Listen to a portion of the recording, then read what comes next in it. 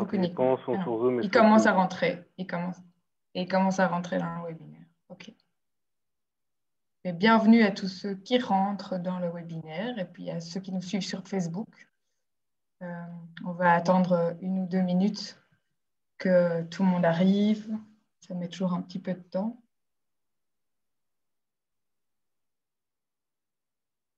C'est donc le moment d'aller chercher un petit verre d'eau ou quelque chose de plus agréable à boire. Mettez-vous à l'aise.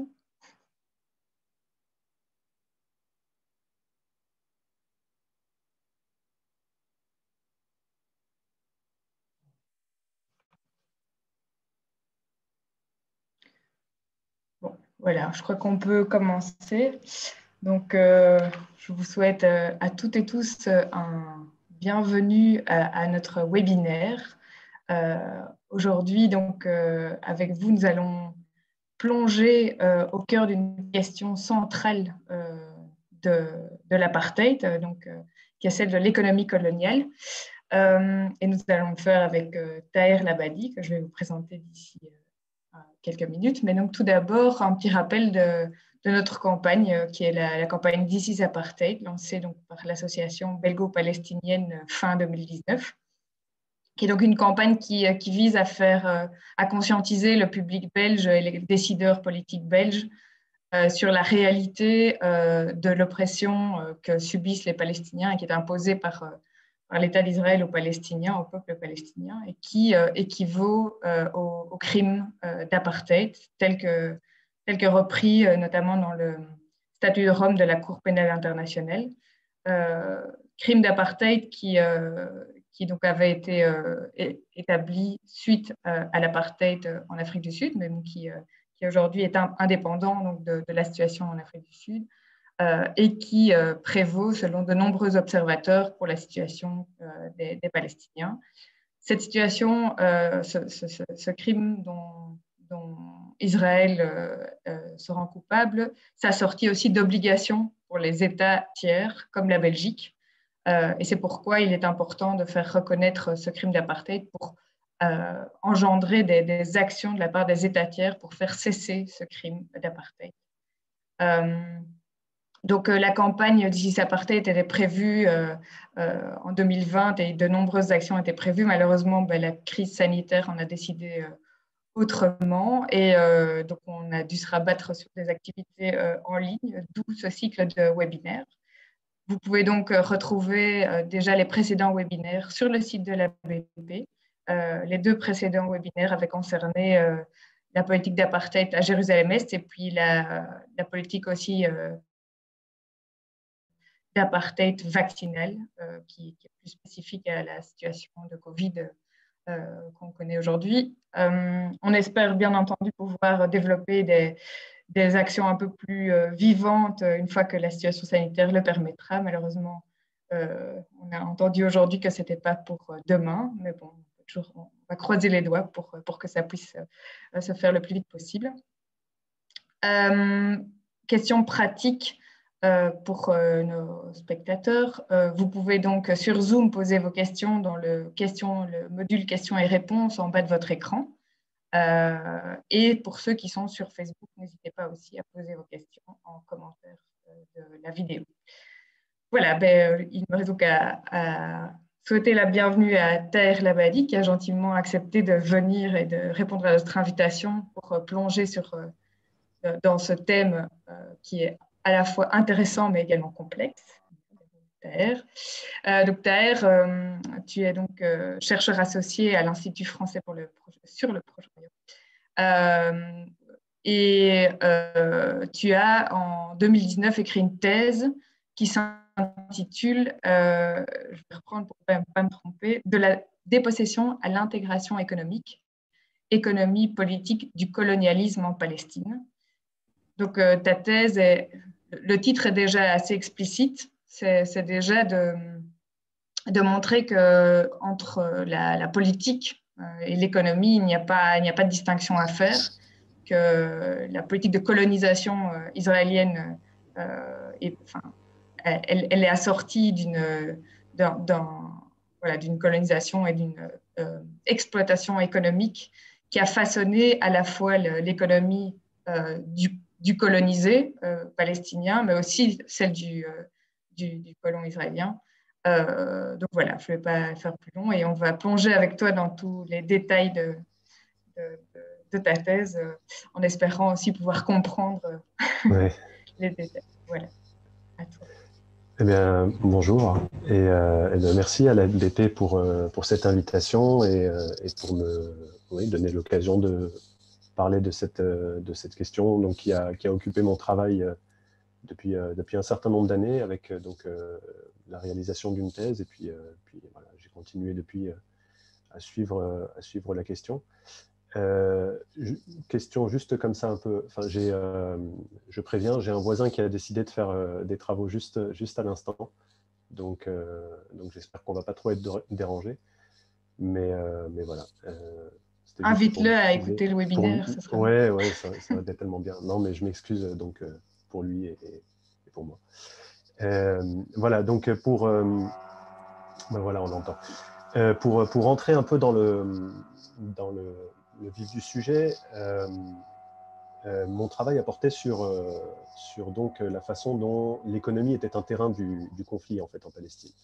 Euh, et donc un terrain parmi d'autres. On pourrait dire la guerre par d'autres moyens, donc y compris donc par le politique, mais y compris aussi par l'économique, le juridique, etc. Donc c'est tellement de registres, autant de registres par lesquels le conflit est conduit, par lequel en Palestine.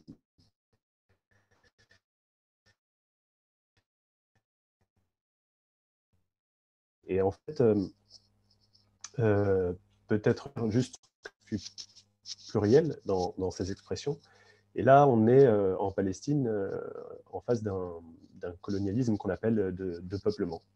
Et ce qui est caractéristique de ce colonialisme de peuplement-là, c'est la logique d'élimination, en fait, qui vise à remplacer la population autochtone par une population, donc par une société de colons, et à donc éliminer cette population et s'approprier ces terres.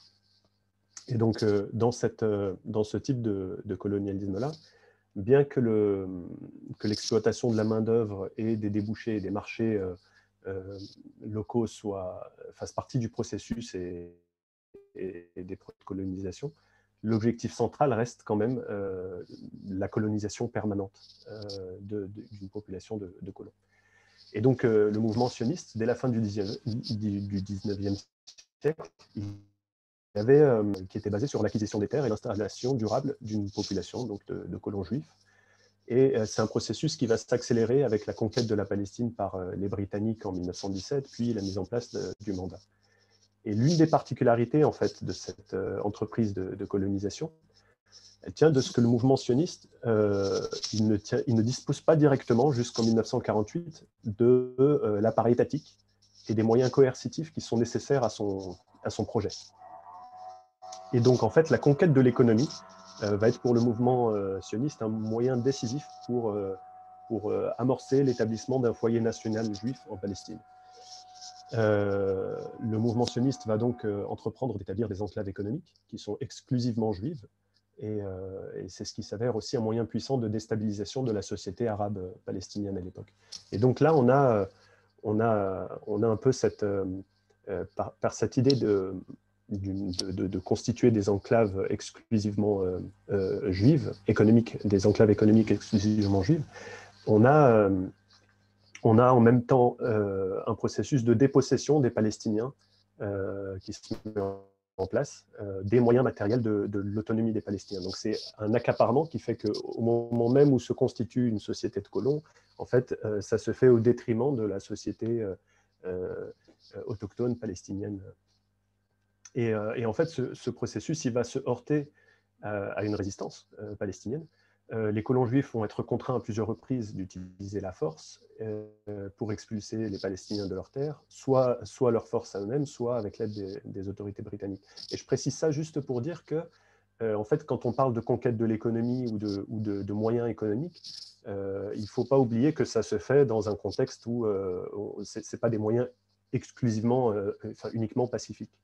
Et que en fait, l'économie va de pair avec des moyens beaucoup plus coercitifs.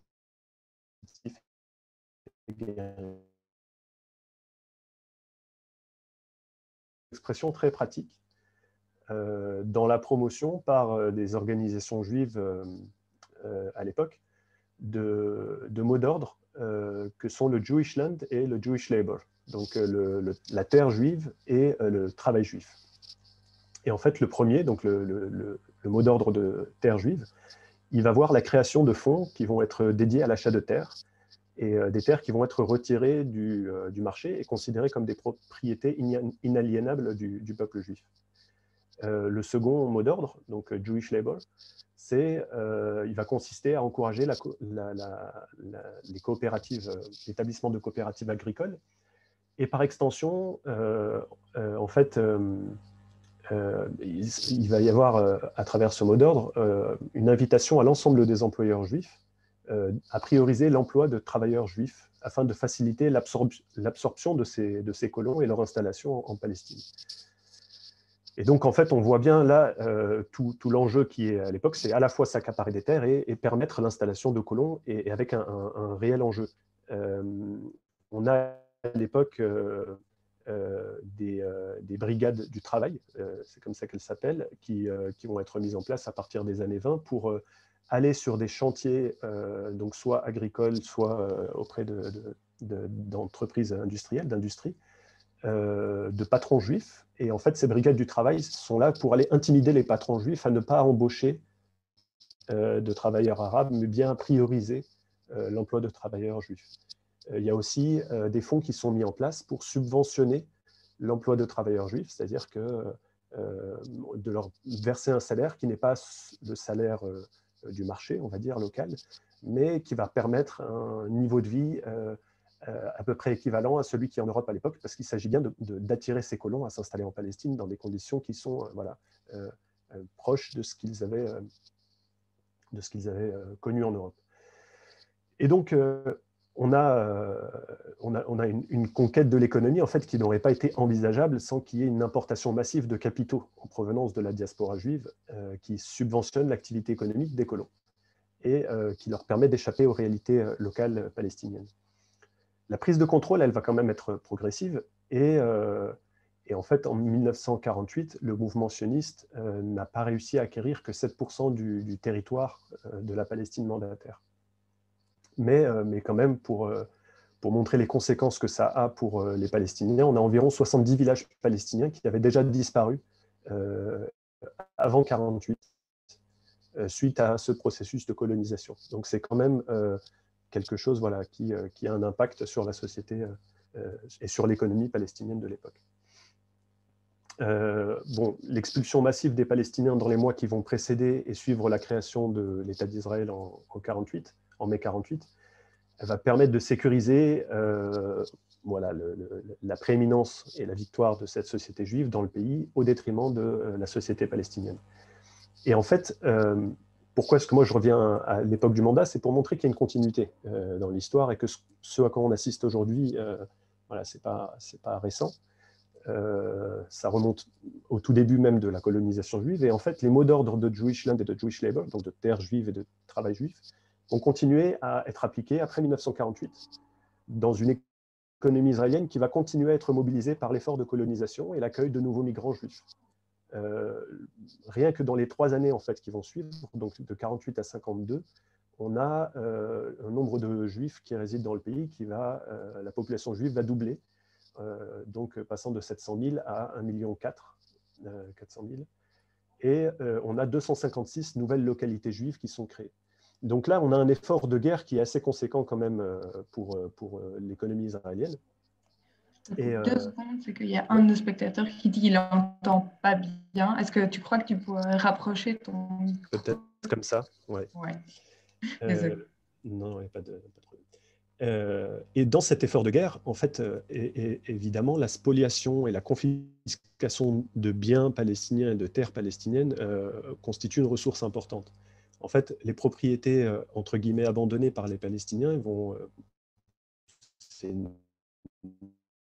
la population juive d'Israël qui vit sur des propriétés abandonnées, et presque un tiers des nouveaux immigrants donc à peu près 250 000 personnes, qui s'installent dans des zones urbaines qui ont été désertées par les Palestiniens.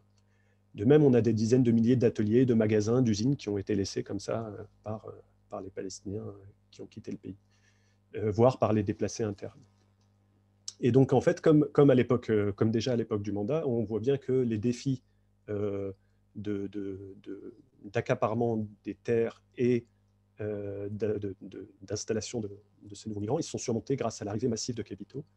Donc déjà la confiscation de biens palestiniens, mais aussi l'arrivée massive de capitaux qui vont permettre à l'État et aux organisations sionistes de garder la main sur l'économie israélienne. Donc l'idée d'une économie qui est mobilisée, c'est aussi, en fait, ça va impacter très fortement l'économie israélienne telle qu'on va la connaître après 1948, qui est une économie où l'État et les organisations sionistes vont jouer un rôle prépondérant dans la façon dont se constitue le capital en Israël.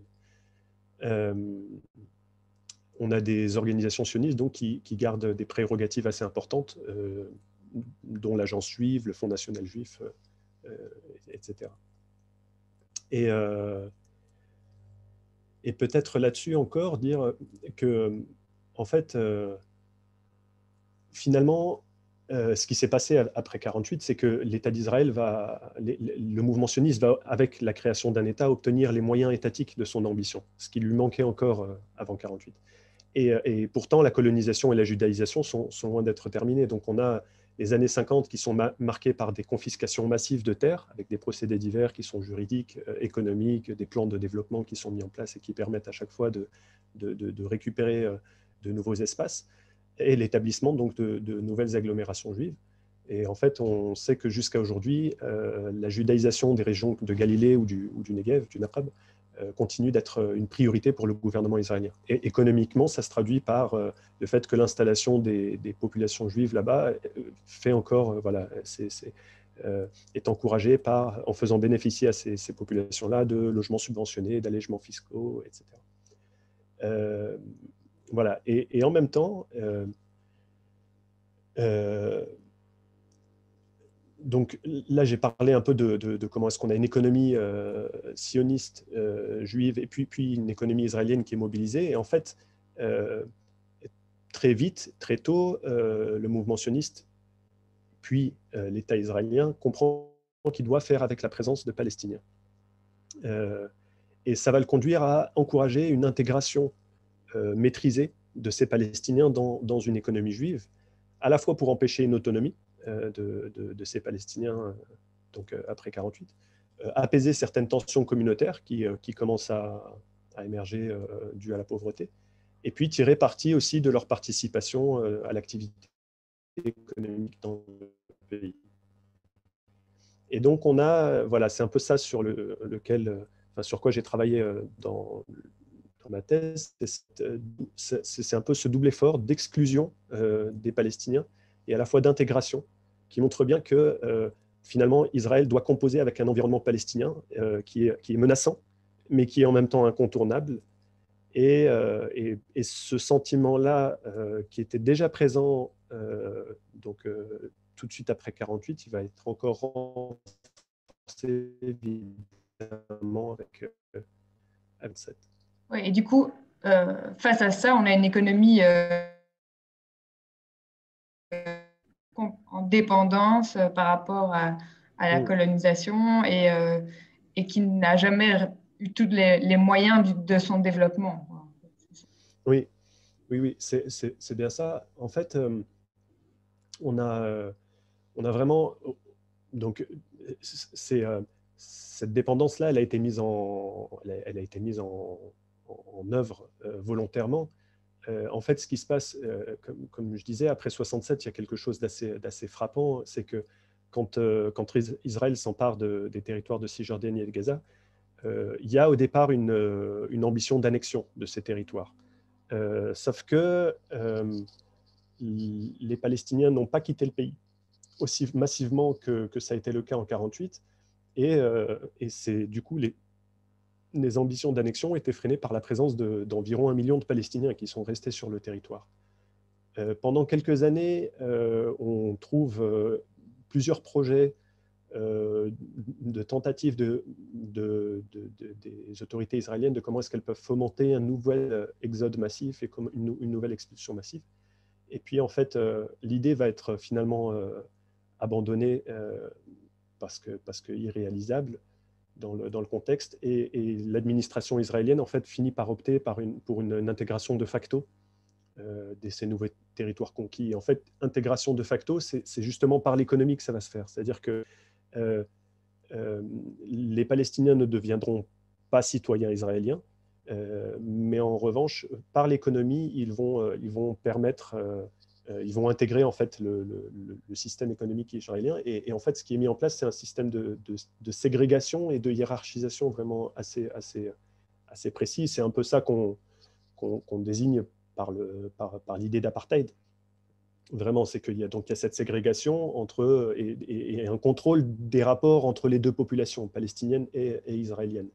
Et en fait, les mesures là, elles ressemblent beaucoup à ce qu'on avait déjà avant 48. C'est pour ça que j'en ai parlé, parce que souvent on oublie, mais c'est que ce processus-là avait déjà lieu avant 67, pardon, dans les territoires d'Israël, occupés en 48, et va continuer de plus belle encore après 67. Et donc on a une administration israélienne qui continue à confisquer des terres pour installer des colons et des colonies. Et de l'autre, cette administration, elle va procéder au maillage de la société palestinienne, à son confinement, pour lui interdire une autonomie effective. Et l'économie, c'est un des terrains de cette politique qui est assez stratégique. Donc, on a donc comment est-ce qu'on en arrive à cette situation de dépendance? C'est qu'on a Israël qui use d'abord en tant que puissance occupante, qui use à sa guise de ces nouvelles ressources qui sont à sa disposition et qui en limite l'usage qu'en font les Palestiniens. Donc les ressources, c'est la terre, c'est l'eau et tout ce qui peut être produit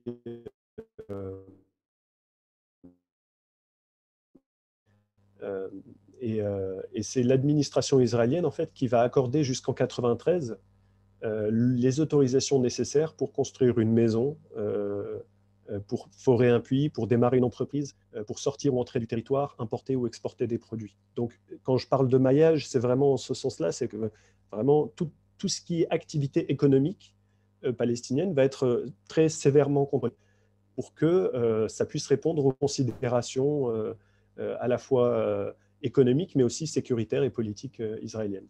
Et donc, ça permet aux Israéliens de réguler et de contraindre cette activité économique palestinienne. Ce que ça donne concrètement, c'est qu'on a par exemple des récoltes, une agriculture qui va être régulée et orientée selon les besoins de l'économie israélienne. Et donc, les récoltes qui sont sollicitées, c'est par exemple le sésame ou les exportations vers l'Europe, comme l'aubergine, les fraises ou les tomates cerises.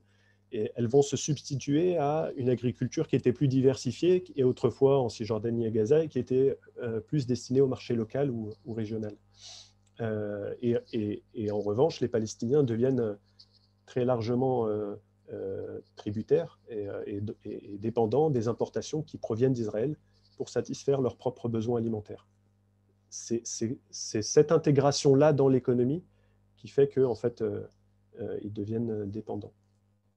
Et il en va de même pour l'industrie, où des mesures sont prises pour empêcher toute concurrence et encourager des relations de sous-traitance au profit des producteurs israéliens.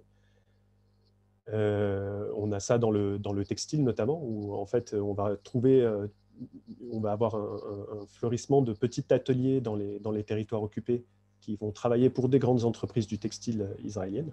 Et voilà, on pourrait évoquer aussi d'autres questions. Il y a l'instrumentalisation du système fiscal et monétaire, où voilà, on a aussi là aussi une instrumentalisation qui se fait au bénéfice de l'économie israélienne. Et donc l'intégration, elle se fait, mais jamais de façon complète, ce qui fait qu'on n'arrive jamais à une seule économie. On est toujours là dans un rapport un peu de centre-périphérie, maîtrisé et contrôlé par une seule administration, qui est l'administration israélienne, et pour les avantages d'une seule économie qui est l'économie israélienne. Et cette situation, en fait, elle ne change pas fondamentalement avec la création de l'autorité palestinienne en 1994, parce que quelques prérogatives qui vont être accordées à la partie palestinienne vont être constamment remises en cause sur le terrain, déjà. Et finalement, c'est l'administration israélienne qui va garder le contrôle sur les régimes commerciaux, sur le régime monétaire, sur le régime financier et sur la majeure partie des territoires d'ailleurs.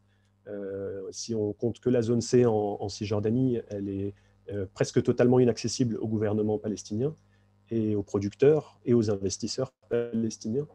Et cette zone C couvre encore plus de 60% de la superficie en Cisjordanie.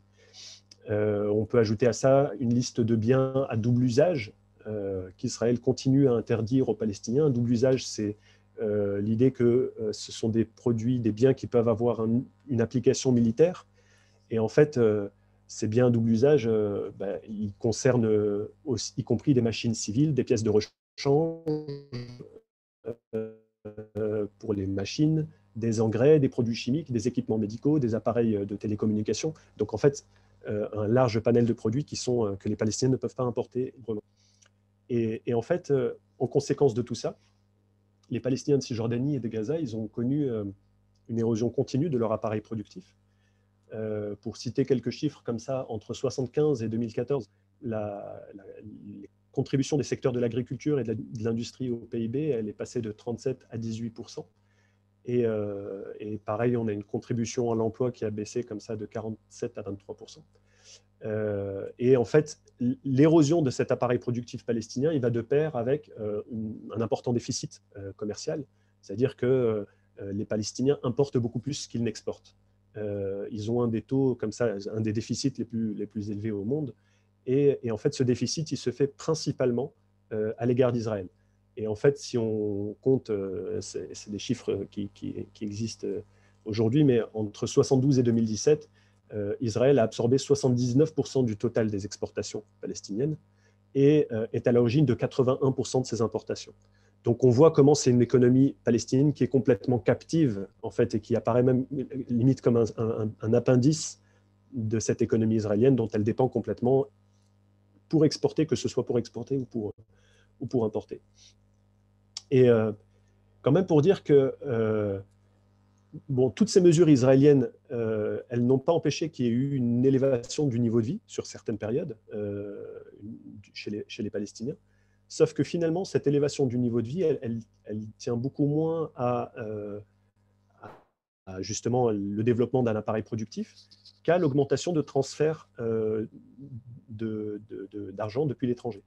Qu'il s'agisse de travailleurs palestiniens qui vont aller travailler en Israël ou dans les colonies, que ce soit des envois de fonds de Palestiniens qui travaillent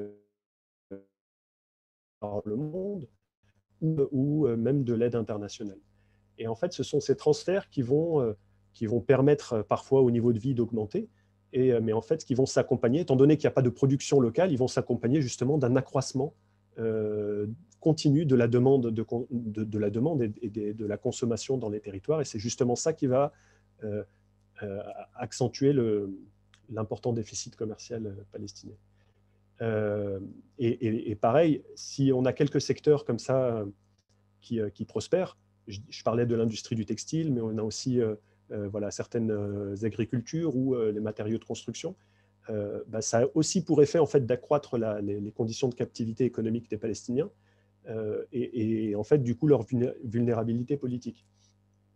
Et le point sur lequel j'aimerais insister ici, c'est que en fait, cette vulnérabilité, moi, ce qui me semble important, c'est toujours justement revenir, de faire ce passage-là entre l'économique et le politique, parce que la vulnérabilité économique et politique, elles pèsent d'autant plus lourd que finalement, c'est l'administration israélienne qui contrôle l'accès au territoire palestinien, même la circulation en leur sein.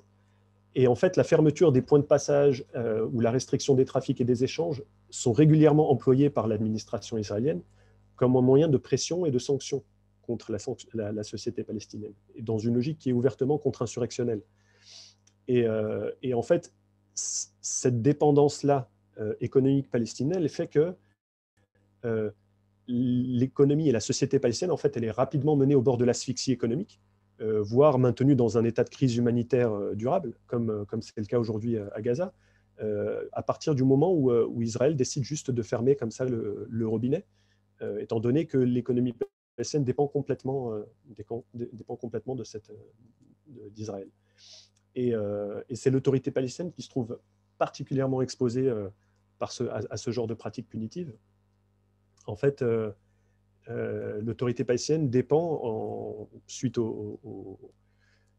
donc aux accords qui ont été mis en place, aux accords économiques qui ont été mis en place entre Israël et les Palestiniens, l'autorité palestinienne en fait, elle dépend de taxes qui sont prélevées par l'administration israélienne sur justement les échanges commerciaux, les importations palestiniennes.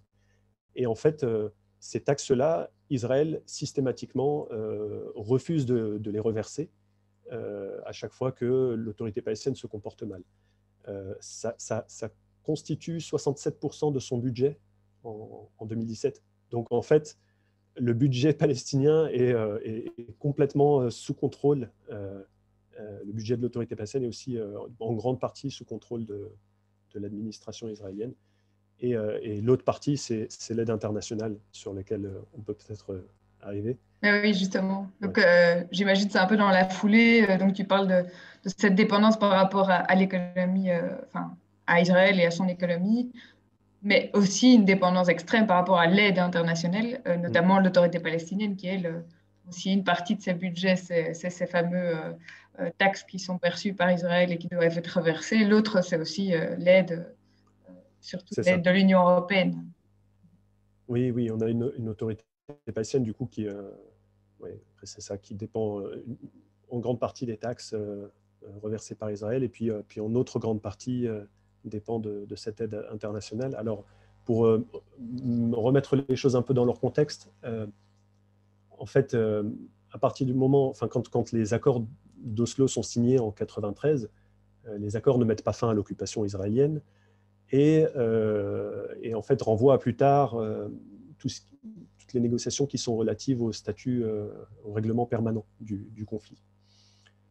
Et en revanche, ces accords prévoient donc que certaines prérogatives civiles et administratives vont être transférées à une autorité palestinienne intérimaire, autonome, et qu'une coopération serait engagée entre cette dernière, donc l'autorité palestinienne, et Israël sur les plans économiques et sécuritaires. À ça va s'ajouter un engagement qui est pris par la communauté internationale de soutenir financièrement la participation des Palestiniens au processus de paix. Et en fait, entre 1993 et 2017, ce sont environ 36 milliards de dollars d'aide qui sont déversés dans les territoires palestiniens via divers canaux qui sont à la fois publics, associatifs ou privés. Et l'objectif explicite de cette aide, c'est de rendre tangible pour la population palestinienne les dividendes, ce qui est appelé les dividendes de la paix. C'est-à-dire que les Palestiniens puissent sentir tout le bénéfice qu'il y a à être dans une situation de paix par la promotion du développement économique des territoires.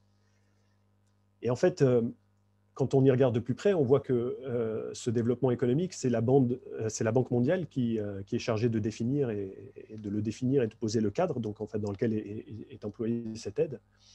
Et la Banque mondiale, elle va du coup procéder au traitement technique de questions qui sont complètement politiques, puisque en fait, elle va être là à traiter des rapports entre Palestiniens et Israéliens, même si c'est de rapports économiques, sans qu'à aucun moment, en fait, la question soit posée en des termes politiques. C'est-à-dire que la Banque mondiale n'intervient jamais et ne se prononce jamais sur des questions qui sont des considérations qui sont relatives au statut final des négociations, aux revendications nationales des Palestiniens ou à la souveraineté de leur État.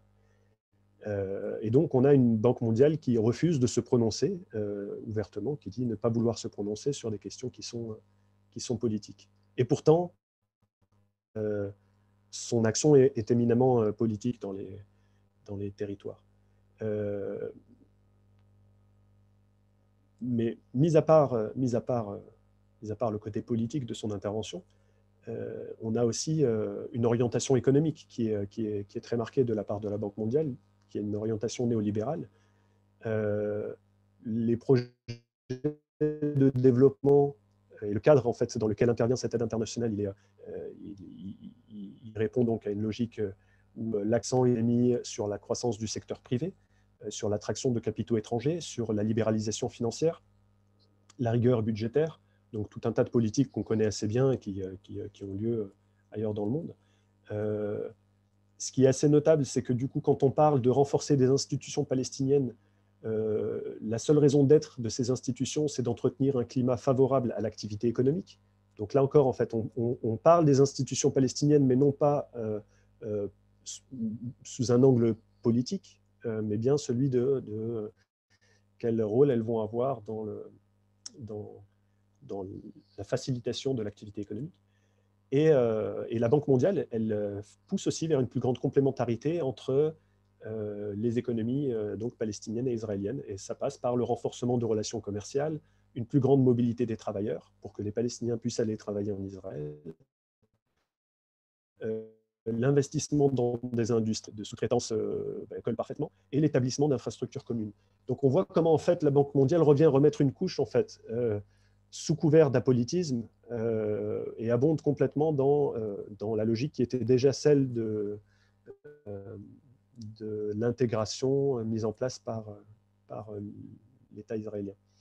Et en fait, c'est autant de politiques qui font qu'accroître la captivité des Palestiniens et que la Banque mondiale continue de promouvoir jusqu'à ce jour. Et donc, si on regarde, par exemple, j'ai parlé un peu tout à l'heure d'agriculture, et ben dans l'agriculture, l'autorité palestinienne et ses bailleurs de fonds, ils sont avant tout soucieux de renforcer la compétitivité des producteurs palestiniens sur les marchés internationaux. L'idée n'est pas de pouvoir de faire en sorte que l'agriculture palestinienne puisse répondre aux besoins alimentaires de la population, mais de pouvoir concurrencer en fait les agriculteurs un peu partout ailleurs dans le monde. Et donc les agriculteurs, ici comme ailleurs d'ailleurs, sont encouragés à se spécialiser dans des cultures industrielles et dédiées à l'exportation. Et donc des choses assez aberrantes, mais à Gaza, avant le blocus, les agriculteurs sont encouragés à se spécialiser dans la production de fleurs, de fraises et de tomates cerises, qui sont prévues pour apporter des rendements rapides. Et en fait, c'est des productions qui sont évidemment destinées principalement à l'exportation et qui sont du coup complètement dépendantes des aléas, des restrictions israéliennes à la frontière. Les Palestiniens sont privés à ces marchés extérieurs, y compris aux ressources dont ils ont besoin, parce que c'est des agricultures qui demandent un fort investissement en engrais, en technologie industrielle, etc. Et donc, en fait, ces agriculteurs-là n'arrivent pas à exporter, et en même temps, ils sont souvent privés de débouchés locaux parce que les marchés palestiniens, eux, sont submergés de produits agricoles israéliens et mondiaux qui viennent, qui arrivent dans les territoires. Si on ajoute à ça que finalement l'agriculture, elle est très peu dans les priorités des bailleurs de fonds, des bailleurs internationaux ou de l'autorité palestinienne, si je prends, juste pour donner un indice, la part de l'agriculture ces dernières années, elle n'a pas dépassé les 1% du budget de l'autorité palestinienne. Non, elle n'a pas dépassé même les 1% de l'aide extérieure qui a été accordée à l'autorité palestinienne. Et pareil, elle n'a pas dépassé d'ailleurs les 1% aussi sur les 20 dernières années. En 2014, la part du ministère de l'Agriculture dans les dépenses totales du budget palestinien, elle est d'environ 0,7%, contre 28% pour le secteur de la sécurité, par exemple. Ouais. Est-ce que, c'est une bête question, mais est-ce que ce n'est pas dû aussi au fait que la zone C ne dépend pas de l'autorité palestinienne, enfin qu'elle n'a pas vraiment de pouvoir d'action en zone C, et zone C qui reprend la plupart des terres agricoles Évidemment, arabes. évidemment. Et du coup c'est bien ça qui est en question, c'est que la superficie des terres cultivables, en fait, le pendant de ce que je disais tout à l'heure de l'appareil productif palestinien qui s'est complètement réduit, du peu d'importance qui est donné à l'agriculture aujourd'hui, dire qu'il y a effectivement moins en d'espace pour que cette agriculture puisse se faire. Néanmoins, il reste encore d'autres possibilités dont je pourrais parler peut-être plus tard en parlant de l'expérience de Gaza. Mais la réduction des terres avec l'occupation de la zone C n'explique pas tout. Et donc, bon, on a finalement, peut-être pour terminer là-dessus, on a une autorité palestinienne qui est, donc, comme on le disait, qui est particulièrement exposée dans cette relation, puisque l'aide, elle couvre environ en 2017. Et ça explique donc pour beaucoup l'espèce de réforme économique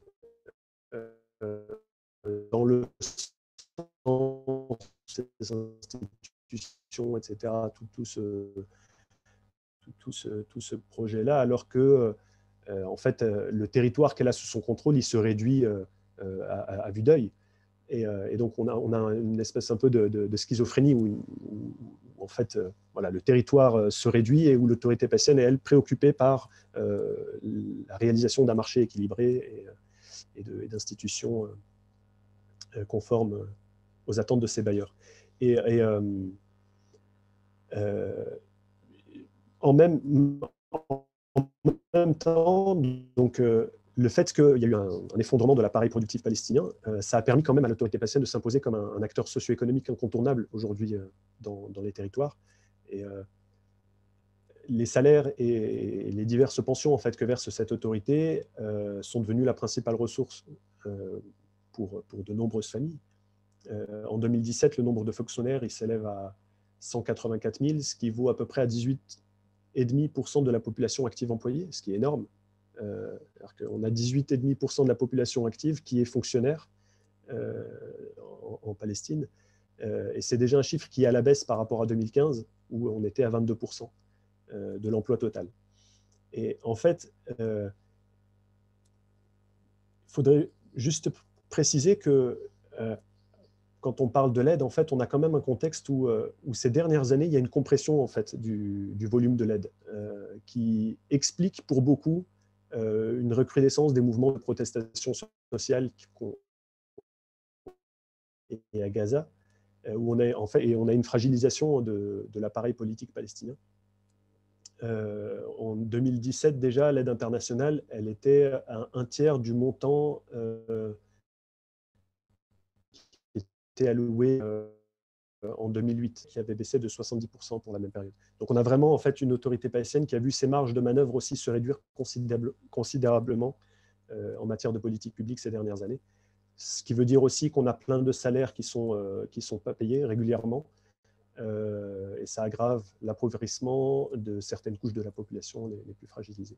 Donc voilà, c'est ce qui fait qu'aujourd'hui, quand on regarde des rapports ces dernières années, les rapports de la CNUSED, donc, qui est l'organe de l'ONU qui voilà, fait des rapports sur la situation économique dans les territoires palestiniens, la CNUSED parle d'un appauvrissement ces 10 dernières années vraiment, vraiment important.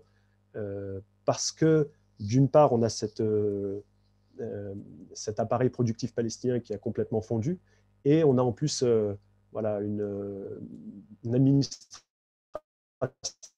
israélienne qui sanctionne de plus en plus régulièrement l'autorité palestinienne, une aide internationale qui est moins là, et donc une situation d'appauvrissement général. Et du coup, peut-être que tu peux... donc, tu disais que ce n'était pas uniquement la non-gestion des terres, etc., qui menait on va dire, à un non-développement de l'agriculture. Et donc, tu parlais de l'exemple, par exemple, de Gaza, où il y a eu des projets qui essayaient de mettre en place un type d'agriculture qui menait à plus de souveraineté palestinienne, ou en tout cas qui servait la souveraineté alimentaire palestinienne. Peut-être que tu peux détailler un peu cette expérience menée sous blocus à Gaza et en quoi ça pourrait être des pistes. Alors, l'économie oui, future. je veux bien, j'y tiens même. C'est vrai que j'ai eu cette chance pendant, pendant que je faisais ma thèse de pouvoir me rendre dans la bande de Gaza, qui est un territoire assez difficile d'accès, sur lequel très peu de recherches en fait, sont menées. Et dont on parle assez peu quand on parle d'économie palestinienne, en fait. Ou en fait, dont on entend parler uniquement pour dire que la bande de Gaza traverse une crise humanitaire durable et assez grave. Et en fait, ce que je dirais là ne va pas du tout minimiser ça, c'est-à-dire que si on fait le bilan du blocus aujourd'hui palestinien à Gaza, une situation qui a été aggravée par les guerres successives et du coup les destructions d'une grande partie des infrastructures publiques, que ce soit la centrale électrique, les bâtiments officiels, les routes, etc.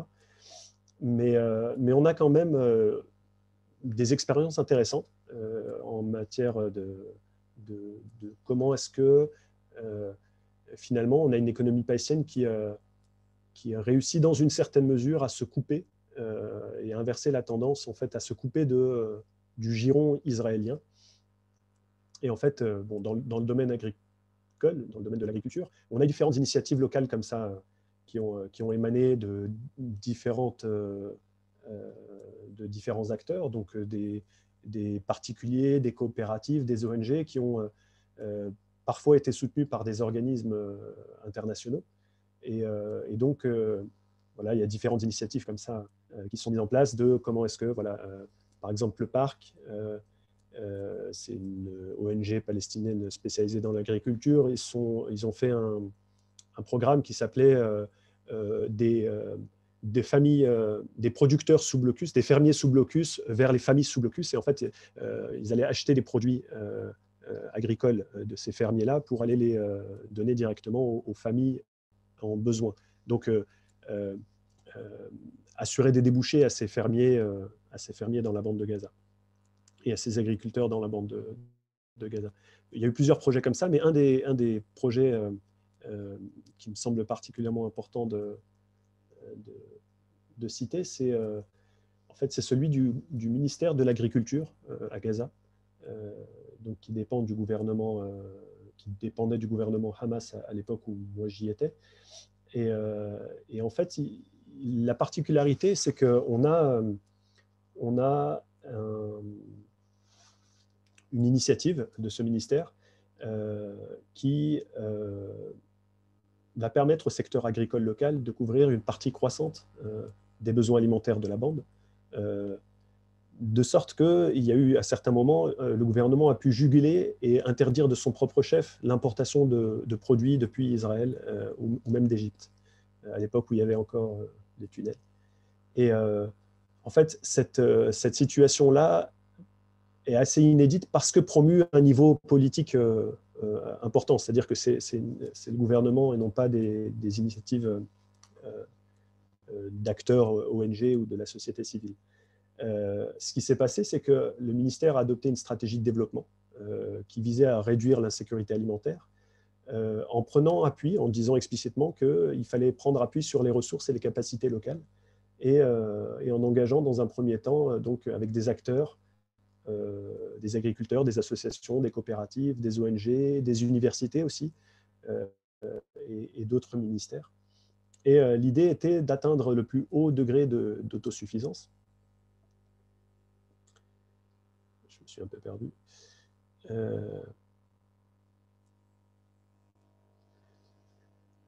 Bon, et en fait, l'idée, elle était d'adapter, de mettre en pratique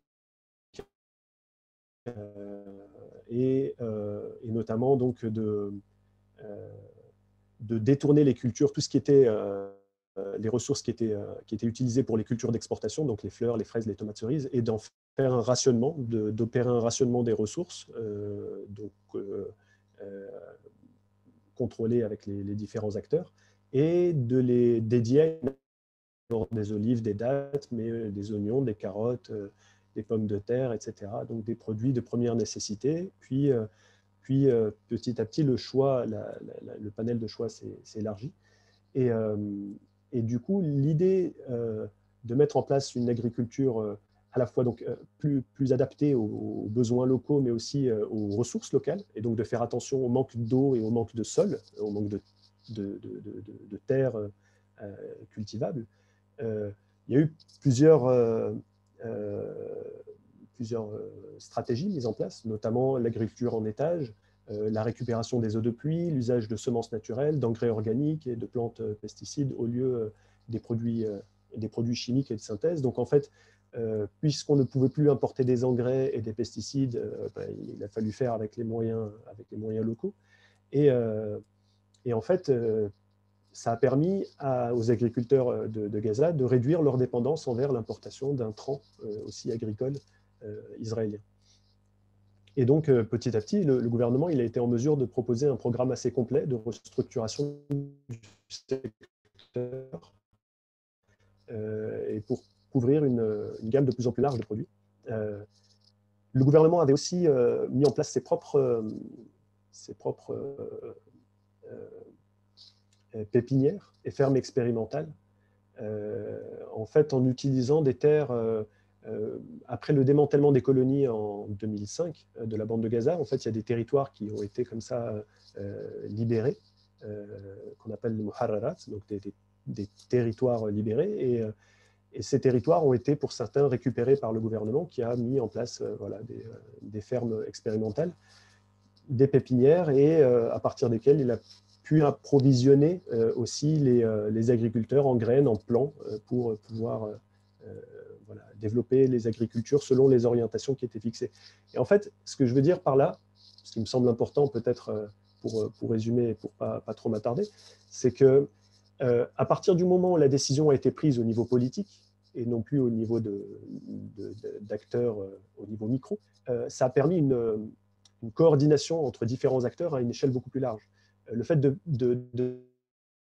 d'impliquer les universités, par exemple, a fait qu'il y a eu des experts en agronomie, des ingénieurs agronomes, etc., qui sont venus participer, apporter toutes les techniques qu'ils connaissaient pour aider les agriculteurs dans des types d'agriculture novateurs.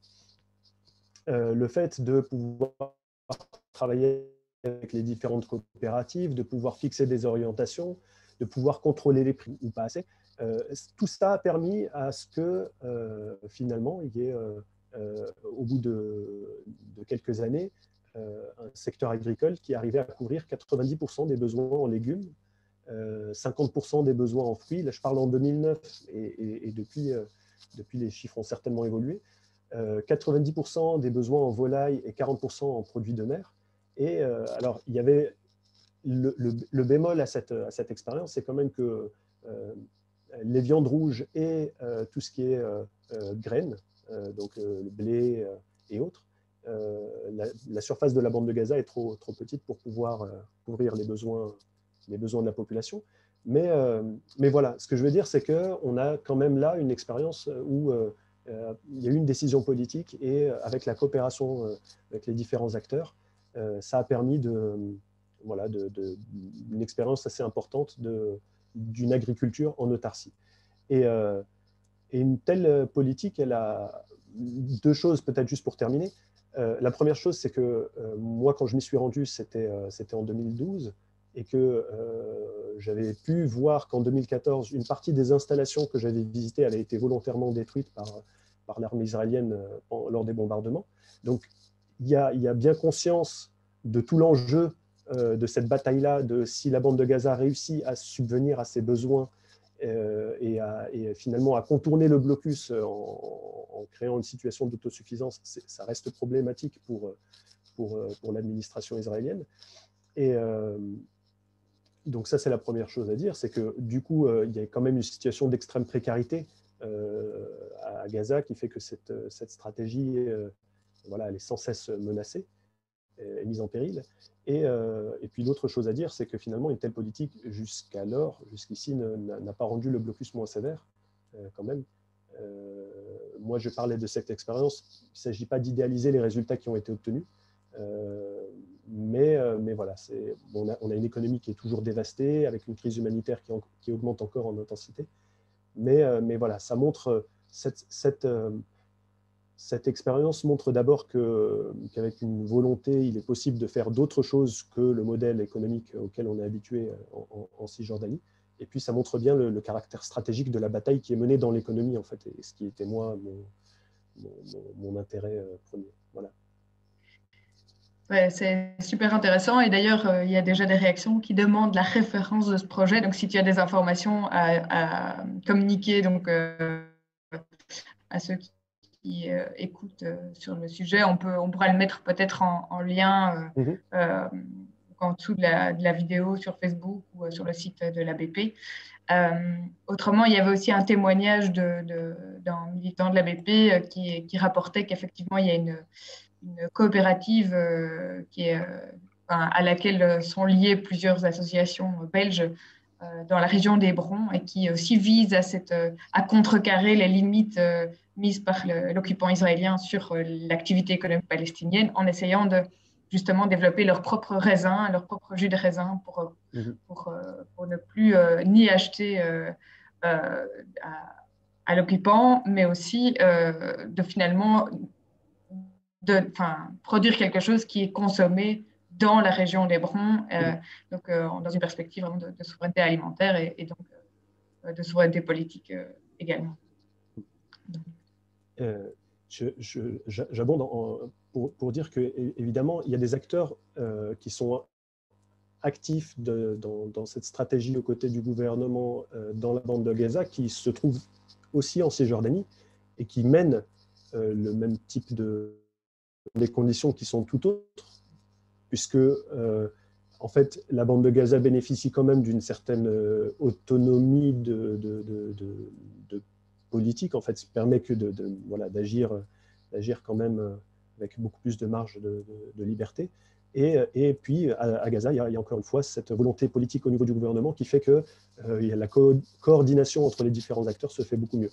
Mais je pensais notamment à l'UAWC, je crois, c'est ça, on en avait parlé, mais l'Union des agriculteurs qui se trouve à Gaza en première ligne de cette stratégie aussi aux côtés du gouvernement ou en parallèle à ce que fait le gouvernement aussi. Et ils sont aussi en Cisjordanie et mènent aussi ce genre de pratique. Et pour ce qui est des références, alors moi j'avais fait un papier là-dessus sur l'expérience économique du gouvernement à Gaza,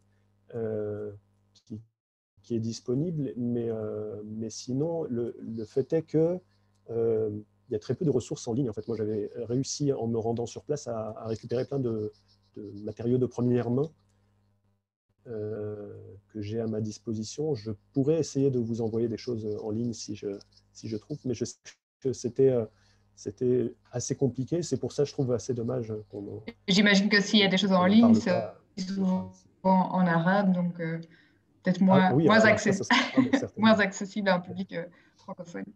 Mais je veux aussi relier la question de Grégory qui demande si dans la société palestinienne, est-ce qu'il y a des mouvements qui contestent ce modèle d'économie captive qui est encouragé par la Banque mondiale? Est-ce qu'il y a vraiment des mouvements politiques qui remettent ça en question? Oui, alors en fait, vraiment, ça fait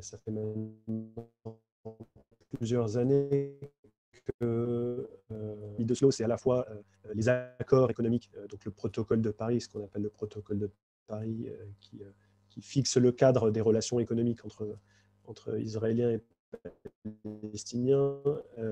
Donc le modèle économique, c'est aussi les orientations de la Banque mondiale, c'est aussi la situation et la relation qui existe avec les bailleurs de fonds. Donc tout ça est fortement critiqué depuis déjà longtemps, et c'est une critique qui a pris de l'ampleur depuis 10 ans maintenant.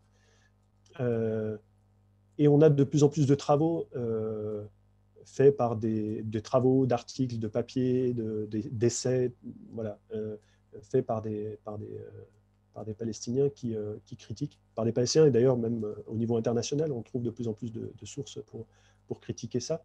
Le problème est que ça se traduit difficilement en termes de mouvements de contestation sociale, sauf de manière très par secteur d'activité, on va dire, et de façon sporadiques. C'est-à-dire que, par exemple, les enseignants sont descendus en protestation il y a quelques mois pour une question qui concernait le statut de l'enseignant et les salaires de l'enseignant en Cisjordanie.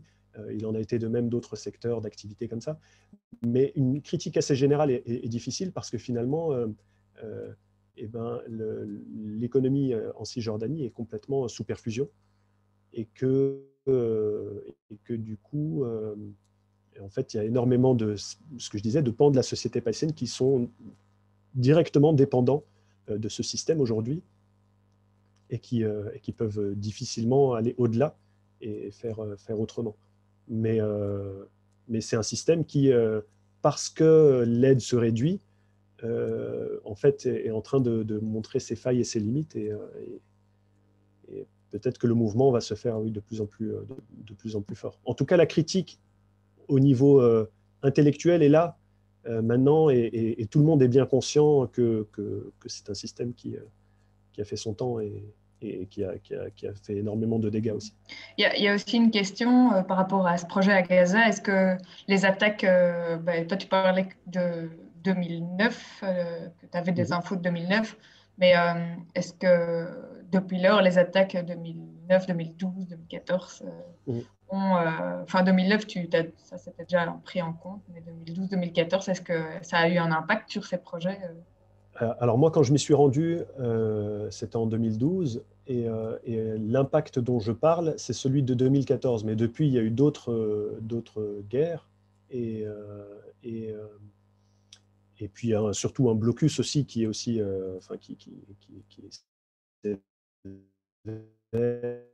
qui dure et qui fait du mal. J'avais essayé de trouver quelques... Ce que je disais, c'est que les informations sont assez difficiles à trouver, mais on trouve quand même des informations qui montrent que ces stratégies-là sont toujours en place. Donc, je n'ai pas de chiffres concrets pour donner un ordre de grandeur de ce que ça représente de part de l'économie et de combien de combien les besoins sont couverts ou pas. Voilà. Mais je sais que, en tout cas, les efforts sont toujours en place. Qu'on a... ah oui, j'avais dit que voilà, il y a eu un réseau qui a été créé il y a encore pas si longtemps que ça, qui réunissait en fait des acteurs gouvernementaux et non gouvernementaux dans un réseau qui avait pour nom, je ne sais plus exactement, mais quelque chose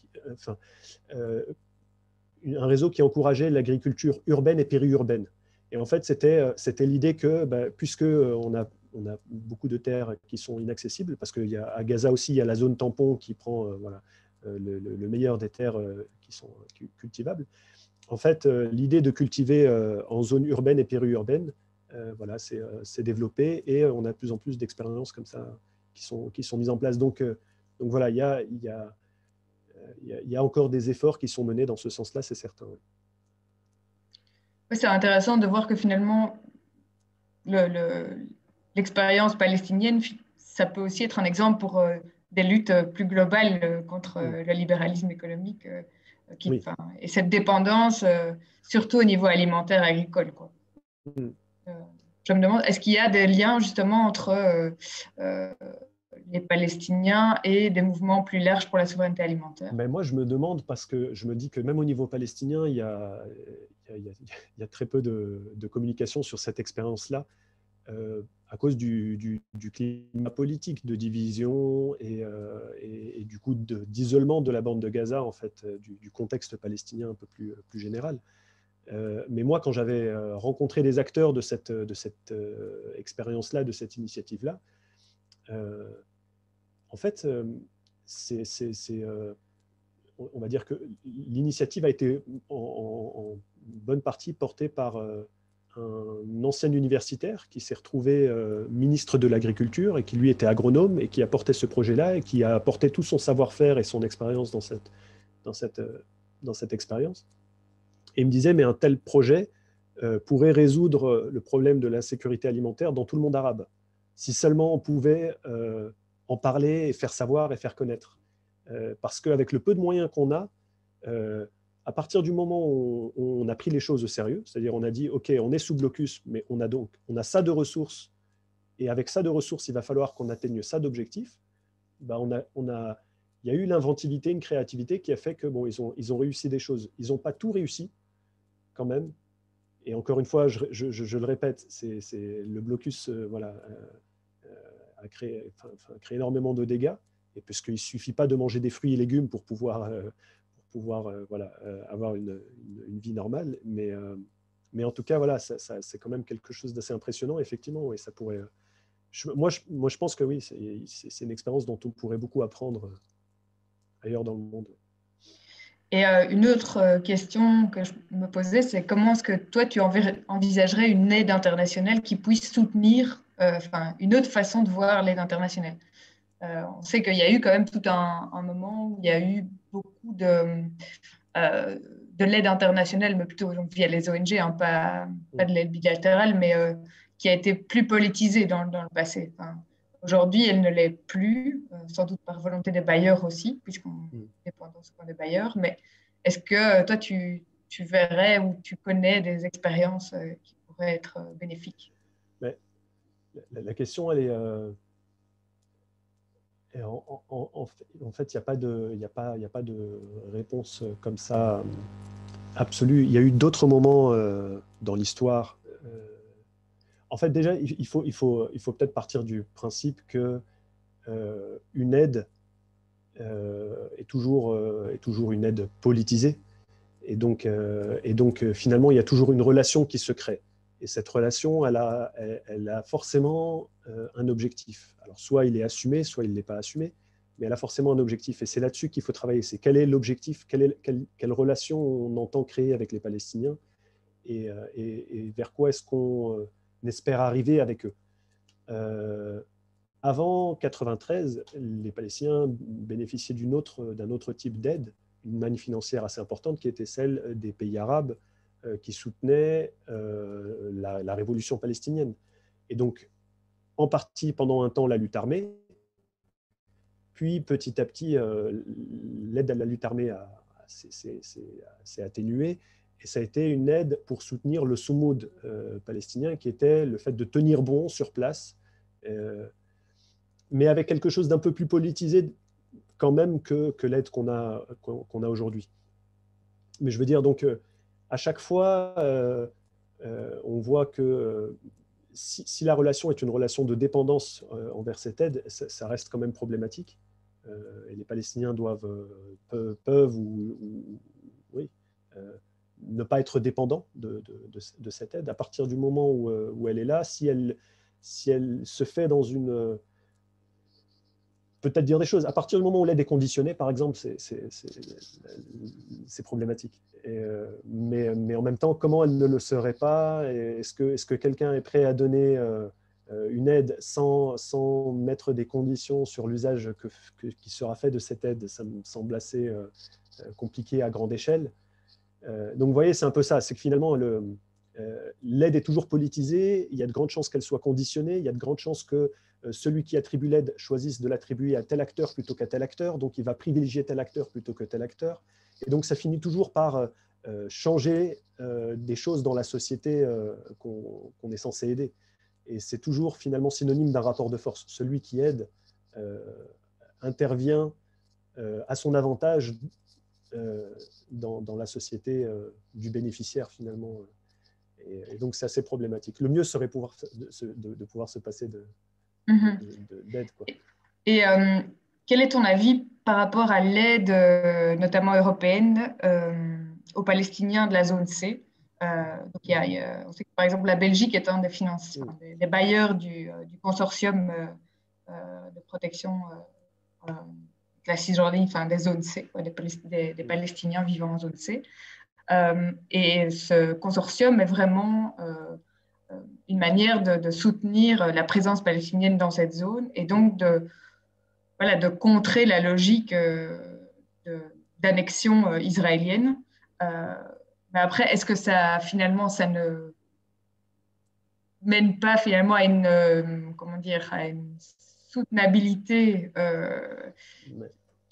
du modèle d'annexion? Enfin, il y a ce que j'ai pas dit parce que je suis allé vite, mais évidemment, il y a forcément beaucoup de nuances entre les différents bailleurs de fonds. Il y a des divergences d'orientation. Au final, depuis Oslo, on peut quand même dire que l'ensemble des bailleurs de fonds s'en tient à l'idée que le cadre d'Oslo est le cadre de référence. Et donc, tout acteur palestinien qui déciderait d'aller contre ce cadre-là, à partir de là, on peut quand même dire qu'il y a des choses qui sont mieux que d'autres. Et donc, aider des Palestiniens en zone C, voilà, c'est mieux que encourager, par exemple,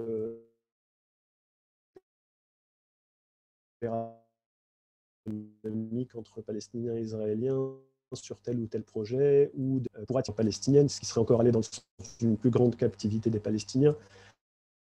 Donc, il y a toujours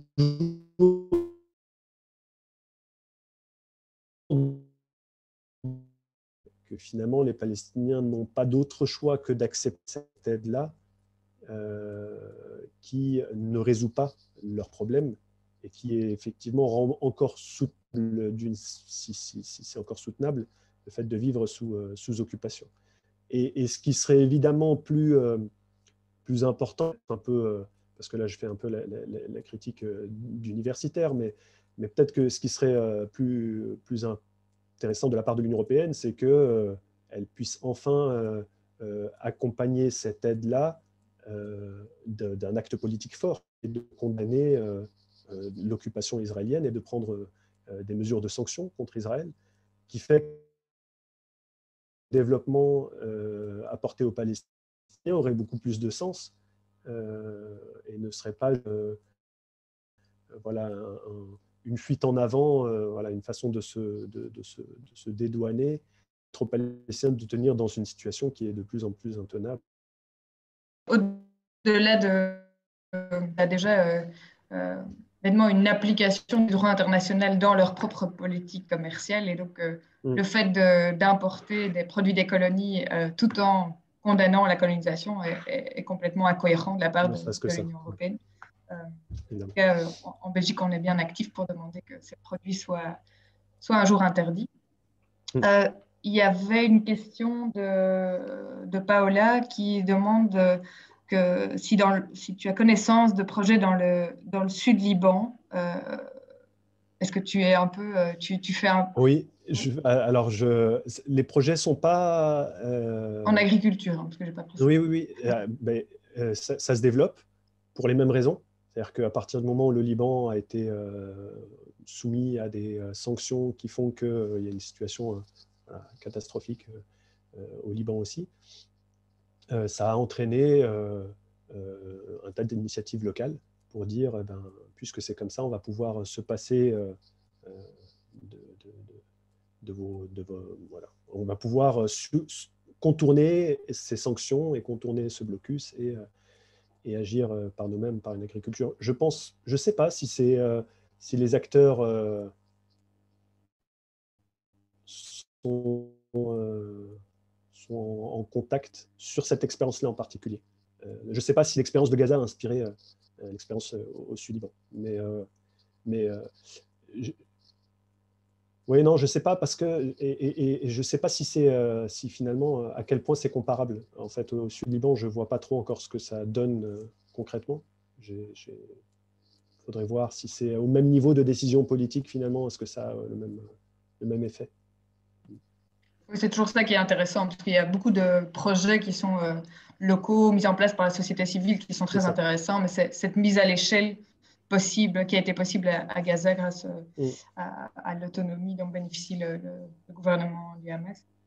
Moi, j'avais une autre question aussi, c'était que, donc, on parle beaucoup de dépendance, mais j'avais moi-même un peu fait des études sur tout ce qui était résistance populaire, etc. Et donc, le fait de parfois se saisir de la dépendance pour bloquer, finalement, être un outil de résistance face à l'occupant. Donc, ça a été le cas dans la première intifada. Il y avait encore beaucoup de Palestiniens qui travaillaient dans les territoires à l'intérieur d'Israël. Et donc, la dépendance de l'économie israélienne par rapport aux travailleurs palestiniens, ils s'en sont servis en faisant des boycotts, etc. Est-ce qu'aujourd'hui, la dépendance pourrait être retournée contre... Non, Non. parce que les Israéliens ont appris de ça et ont tout fait pour réduire cette dépendance à l'égard des travailleurs palestiniens pendant toutes les années 90, même début 2000. Le recours à des travailleurs palestiniens avait été très, très fortement réduit. Et il n'a repris ces dernières années que parce que, entre-temps, en fait, les Israéliens avaient importé une importante main-d'œuvre d'ailleurs, de migrants, de travailleurs migrants d'ailleurs dans le monde, qui a fait que en fait, aujourd'hui, quand on a réouvert aux travailleurs palestiniens, ils comptent pour quasiment rien dans l'économie israélienne. L'écart, en fait, est beaucoup plus important aujourd'hui entre l'économie israélienne et l'économie palestinienne qu'il ne l'était. En revanche, si peut-être, je suis allé quand même un peu vite, je me souviens que justement, quand j'étais dans la bande de Gaza, je disais tout à l'heure que... mais alors ça, c'est des choses qui sont assez difficilement quantifiables. C'est des acteurs sur place qui m'avaient raconté ça. Me disait qu'à partir du moment où la bande de Gaza avait réussi à produire un certain nombre de produits, donc de fruits et légumes, et que le gouvernement avait décidé de son propre chef d'interdire l'importation depuis Israël, ça avait eu un impact sur certains exportateurs israéliens qui avaient pour premier débouché la bande de Gaza. Ça reste localisé, mais c'est le même principe que le boycott, finalement. C'est que voilà, ça peut avoir des effets. Un boycott ciblé peut avoir un effet ciblé qui peut être important aussi, ne serait-ce que symboliquement aussi, de dire voilà, on peut toucher cette économie-là de telle manière. Et il paraît que certains agriculteurs israéliens avaient pâti de cette décision-là de la bande de Gaza d'interdire les importations. Ouais, alors que c'est vrai que le mouvement de boycott des investissements et sanctions n'a jamais été ouvertement soutenu par l'autorité palestinienne. Et ça, sans doute pour une raison très simple, qui est celle de sa Ouais. dépendance vis-à-vis à la fois d'Israël et des bailleurs internationaux. Ouais. Je sais qu'ils avaient essayé de mettre en place une sorte de campagne de buy palestinienne, donc plus l'inverse, quoi, mais qui n'a finalement peu de chances d'aboutir dans le sens où la dépendance est telle qu'il n'y a pas moyen de produire tellement de produits de première nécessité palestiniens.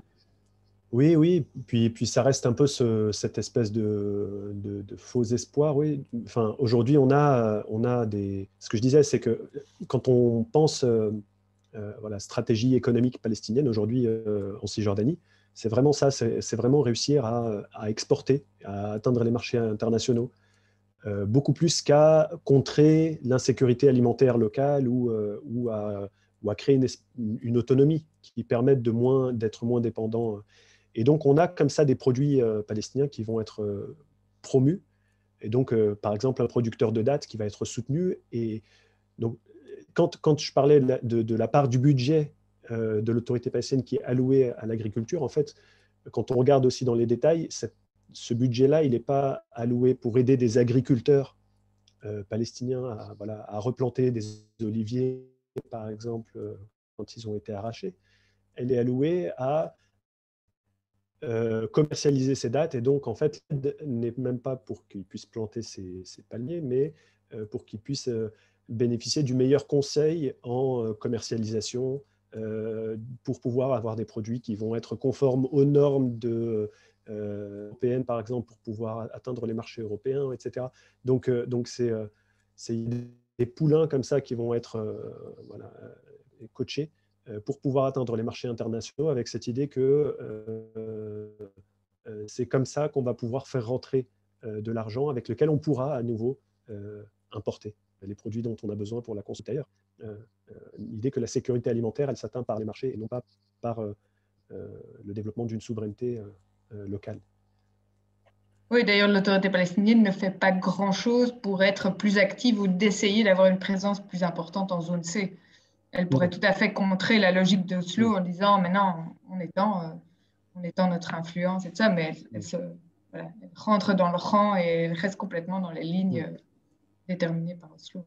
Oui, Moi, j'avais aussi une question par rapport au shekel, parce que c'est quelque chose qui me turlupine aussi beaucoup. C'est oui. quels sont les impacts en termes de dépendance d'avoir la même monnaie?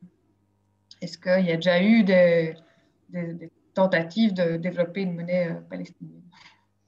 Alors, non, il y a eu des... enfin, l'idée est là, mais ça n'a jamais été mis en œuvre parce que les conditions ne sont pas réunies, en fait. Alors, dans le cadre des accords, donc le protocole de Paris et le cadre des accords d'Oslo, il est convenu que l'autorité monétaire, il y a eu création d'une autorité monétaire palestinienne qui dépend directement de la Banque centrale israélienne. Et en fait, cette autorité monétaire palestinienne, la seule chose qu'elle fait, c'est qu'elle contrôle l'activité des banques palestiniennes et elle fait des rapports qu'elle remet donc à la Banque centrale israélienne pour dire que tout va bien. Mais finalement, la monnaie qui est en usage, c'est le shekel israélien. Et une des conséquences peut-être la plus facile à, à évoquer, c'est que euh, les États ont pour instrument de politique économique, ils ont l'instrument budgétaire, donc le fait de pouvoir investir ici ou là, faire des infrastructures, etc. Et il y a l'instrument monétaire, généralement c'est un autre instrument de la politique économique qui existe, qui est que voilà, en injectant de la monnaie à un moment, elle va pouvoir faire jouer sur les prix et donc relancer l'activité économique. Et ça, par exemple, c'est un instrument que les Palestiniens n'ont pas. Ils n'ont pas la possibilité de pouvoir agir sur les prix. Et en fait, les prix palestiniens dépendent complètement de ce qui prévaut en Israël. Ce qui fait qu'on a en fait un coût de la vie qui est très très cher. En Cisjordanie, c'est visible, qui est absolument pas adapté au niveau de vie et à l'activité économique palestinienne, mais qui dépend en fait directement du niveau de vie en Israël. Donc ça, c'est une des conséquences du fait de ne pas avoir de monnaie. Euh, à Gaza, la question se posait un peu différemment. En fait, sous blocus, il y a eu parfois des pénuries de monnaie parce que la Banque centrale israélienne ne donnait plus aux banques palestiniennes la monnaie dont elles avaient besoin pour voilà, pour faciliter l'activité économique. Euh, mais en fait, ce n'est pas l'idée de créer une monnaie qui, qui a été pensée par le gouvernement, mais plutôt de réussir à créer un autre réseau de banques qui allait permettre de faciliter l'activité économique, et un réseau de banques qui serait en dehors du circuit monétaire de l'autorité monétaire palestinienne et donc de la Banque centrale israélienne, mais qui fonctionne quand même en shekel pour beaucoup, puisque c'est la monnaie qui est utilisée. Et en fait, créer une monnaie palestinienne, tout simplement, elle serait refusée par tout le monde. Et donc, elle n'aurait pas de... Enfin, à partir du moment où une monnaie n'est reconnue par personne, qu'elle n'inspire pas la confiance, personne ne l'accepterait. Donc, c'est un projet qui est voué à l'échec. On pourrait peut-être imaginer des projets de monnaie locale, comme dans certaines villes, Ouais, ouais, villages. Ça pourrait ouais. être intéressant, quoi. Ça pourrait, alors après, ça, je ne dis pas que c'est pas... Alors, on a par exemple déjà quelque chose d'intéressant, c'est qu'on a une pluralité monétaire dans certains endroits. Par exemple, le dinar jordanien est encore utilisé pour certains achats et ventes, pour certains échanges et pour certaines transactions. On a eu en Égypte, on a eu à Gaza pendant un certain temps tout ce qui était lié à l'activité des tunnels. Il y a eu la livre égyptienne aussi qui est intervenue. Mais les livres égyptiennes n'étaient pas intéressantes parce que trop faibles par rapport au shekel. Et donc, ça crée des soucis. Donc, il y a ça. Et puis, il y a eu, bon, alors ça, c'est peut-être de l'ordre de l'anecdote, mais quand il y a eu pénurie de monnaie, il y a eu la monnaie, finalement, c'était de s'échanger enfin, des paquets de mouchoirs ou enfin, voilà, de s'échanger des biens pour rendre la monnaie, on rendait des biens, en fait, voilà. Mais des monnaies locales, j'ai pas connaissance de savoir s'il y a vraiment des expériences de monnaie locale telles qu'on peut les voir ailleurs. Et ce serait intéressant de voir pourquoi d'ailleurs. Je ne sais pas si c'est juste une idée qu'on n'a pas eue ou si ou s'il y a des conditions qui ne sont pas réunies, peut-être aussi, je ne sais pas. Une question qui vient de Rachma qui dit pensez-vous que le terme d'apartheid décrit bien cette situation? Donc on vient sur la fameuse question du paradigme.